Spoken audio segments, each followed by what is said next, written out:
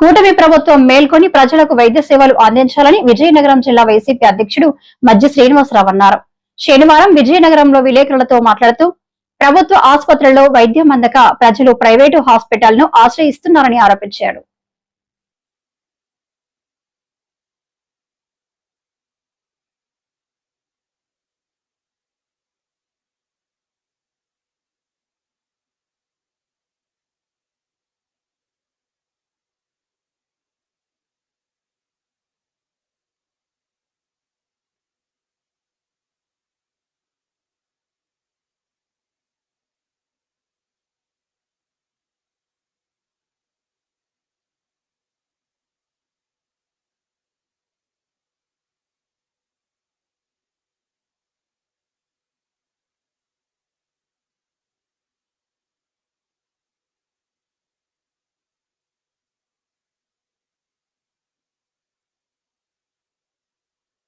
సుమారుగా పదుల సంఖ్యలో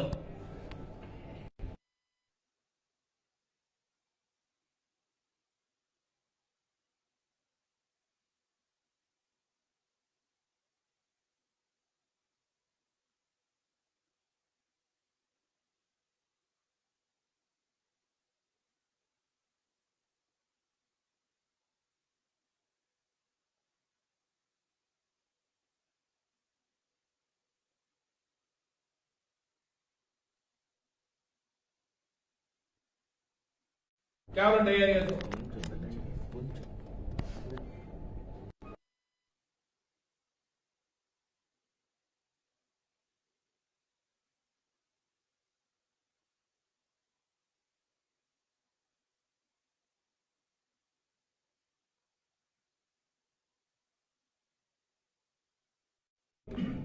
ఒక భరోసా దొరకడం. మరి ఇటీవల కాలంగా నిన్న మొన్నటి రోజుల్లో మీ అందరికీ తెలుసు, కురుపాం గిరిజనాశ్రమ పాఠశాలలో కేవలం నీరు కలుషితమై నలుగురు ప్రాణాలు కోల్పోయారు. సుమారు 200 పై మంది చిలికైన బాలికలు ఆ రోజు విజయనగరం కేజీహెచ్కి తరలించాం, విశాఖపట్నం కేజీహెచ్కి తరలించాం. సాక్షాత్తు ఆనాడు ప్రధాన ప్రతిపక్ష పార్టీ మాజీ ముఖ్యమంత్రి జగన్మోహన్ రెడ్డి గారు స్వయంగా పర్యవేక్షించారు కేజీహెచ్కి వచ్చి. దీని మీద ఎస్టీ ఎస్టీ కమిషన్ ఫిర్యాదు చేశాం, హ్యూమన్ రైట్ కమిషన్స్ ఫిర్యాదు చేశాం. కానీ ఈ ప్రభుత్వం చలనం లేదు. మళ్ళీ ఇప్పుడు సుమారు 5 పిల్లలు బాలికలు డయేరియాతో పార్థిపురం ఏరియా హాస్పిటల్లో జాయిన్ అయ్యే పరిస్థితి. ఇంకా కొంతమంది విద్యార్థులు ఇంకా అస్వస్థకు గురయ్యారు. మరి ఇటీవల కాలంగా శ్రీకాకుళంలో చూసాం, శ్రీకాకుళంలో డయేరియాతో కొన్ని మరణాలు సంభవించాయి. అక్కడ చూసిన అంటే ఈ రాష్ట్రంలో ఎక్కడా కూడా సంఘటనలు సంభవించిన తర్వాత ప్రభుత్వం చర్యలు ఎక్కడా కూడా కనపడాలి. అసలు ప్రభుత్వ యంత్రాంగం పూర్తిగా నిర్వీర్యమైపోయింది. ప్రభుత్వం ఎక్కడా కూడా ప్రభుత్వ యంత్రాంగం పనిచేస్తున్న దాఖలాలు లేవు. ఇక ప్రజాప్రతినిధుల సంగతి చెప్పాల్సిన అవసరం లేదు. గిరిజన పాఠశాల మీ అందరికీ తెలుసు, ఆ రోజు పెద్ద పెద్ద మాటలు చెప్పారు. ఇన్ఛార్జ్ మంత్రి వారు చెప్పారు, గిరిజన శాఖ మంత్రి వారు చెప్పారు, వారే స్వయంగా చెప్పేవారు నాకు జ్వరం వచ్చింది నేనెవరో చెప్పుకోవాలనే పరిస్థితి ప్రభుత్వం ఉంది. ఇవాళ వారు వెళ్ళి ఆనాడు గిరిజన బాలికలు చనిపోతే లేదు వారి ఇంటికి వెళ్ళి చనిపోయారని చెప్పారు తప్ప కనీసం ఆ మరణాల మెట్ల ఎక్కడ ప్రభుత్వం లాదుకునే పరిస్థితి కూడా చేయలేదు.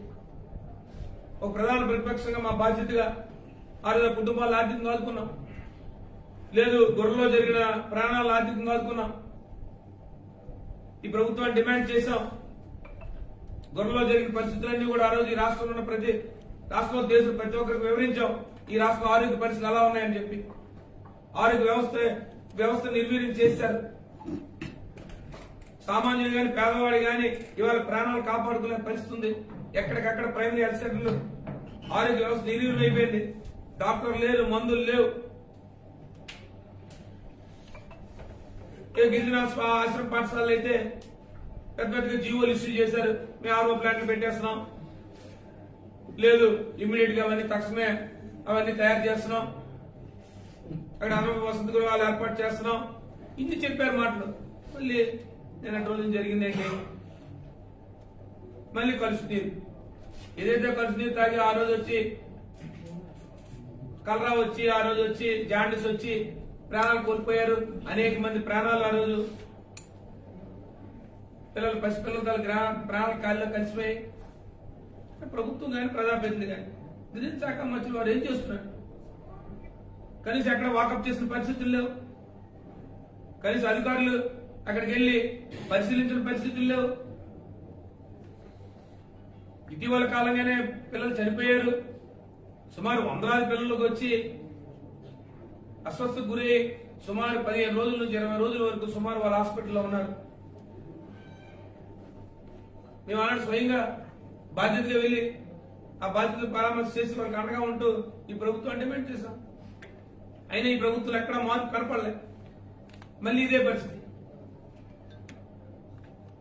సరిగా ఒక ప్రభుత్వం, మీరు చెప్పే మంచి ప్రభుత్వం, కనీసం ఆ పిల్లలకు తాగడానికి మంచి నీరు అందించే పరిస్థితి కూడా ఈ ప్రభుత్వం లేదు.